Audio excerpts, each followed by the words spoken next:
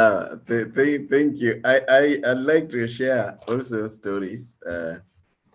One is I've gotten a lot of help along the way, and I've learned that it's always important to be open to help. For me to finish my schooling in secondary school, where I was stuck, not really stuck, because it became, I finished much earlier than I had expected. I thought it would even take 10 years, but I still finished within 4 years, despite losing 2 years. It was because of one of my teachers, the deputy head teacher in that school.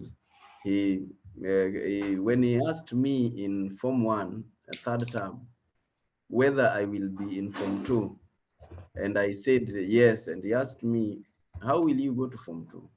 And I told him, if I pass. That is the time he started to focus on me and help me to stay in school. He told me, I'm giving you these 2 weeks, and I'd like to see you pass your exam and move to Form 2. And indeed, I was in school for 2 weeks, and I passed well. And thereafter, he kept trying to help me stay in school in Form 2. When he left, when he was transferred to a different school as a head teacher, which was far from where I was, it was like the end of the story for me. So I took a whole year outside from 3. But then he called me a year later to go and study in his school, which was a new school. It was the first time they were going to sit exams. And he told me, go to Form 3. I said, no, let me just go do Form 4. I had not read anything for over a year, by the way. I was just out. He told me, no, you see, you didn't do Form 3. But I thought to myself, if I don't take this opportunity, I may not know, maybe he'll be transferred again. So he allowed me, but he told me, if you fail, you will come to repeat. And to me, all I needed was an environment where I could read and do my exam. And I did exactly that with a lot of trouble, with a lot of hard work and God's help. I managed together with some friends of mine to pass. We didn't have teachers. Actually, there were only 2 teachers that were posted by the TAC. That was the head teacher himself plus the deputy. The rest were people picked from around. Yeah, others helping, others students from the university. So that teacher influenced a lot in me, and even my leadership in which grew a lot in secondary school, was hinged on him. I still owe him a lot. The next person was my uncle.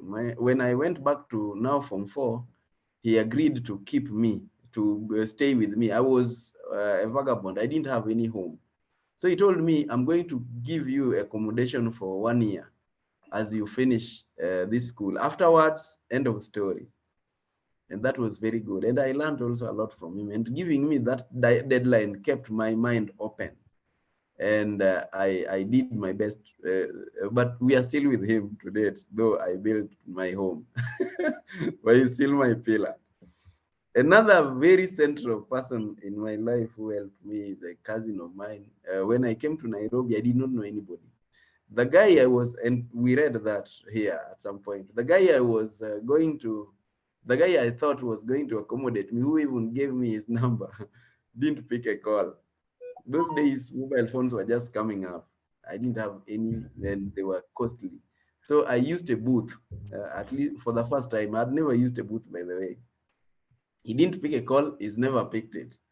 And this cousin of mine, I did not know him. They were older people who had been in Nairobi long before I could even know him. But when I was coming to Nairobi, I passed by their home. You know, back in the village, people just cross homes. You don't really need to stick to the road. And his dad gave me his number. Wait, you're going to Nairobi, pick this number. If you reach there, call Musa. And that's the way I got help. When I reached and I called him as the last resort. He came for me. I did not know him, and we had to identify each other. I told him I'm in Ukwala. There is a supermarket here called Ukwala. I did not even know that there were many of them, but he figured out where I could be. So he passed. I was with another friend. Said, "I think this guy is the one. He's looking for somebody." So when we talked, he accommodated me, and he's been my pillar in Nairobi all this while. There is no any other place I know. You see, so people always can get help now, and through that, today I am whom I am, courtesy of the help that I've been able to get from key people. Have been those ones, but then there have been enough others. So we must not be ashamed of seeking help. And listening and filtering, listening and evaluating. You do not need to pick everything that you hear. You listen and then you evaluate. Will this one work? We do our own critical thinking. Problem is, most of us, if you pick something more, so if you get this connotation of this is an expert, you feel like whatever they say is always gospel. It's never like that.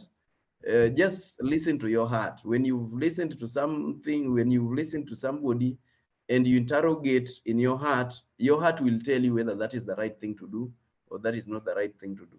But you don't need to differ with people. I've listened to people throughout my life. There are people who've misguided me as well, but I didn't follow them. I listen, but then my heart tells me not to do that.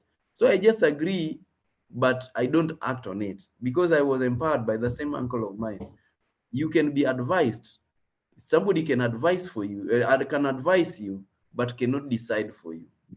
You must make your own decision, which I found very profound. So I've learned to also listen to old people over the years. And I like more so when people share their failures. People who share their successes only, it becomes very difficult to learn from them as opposed to people who share how they failed.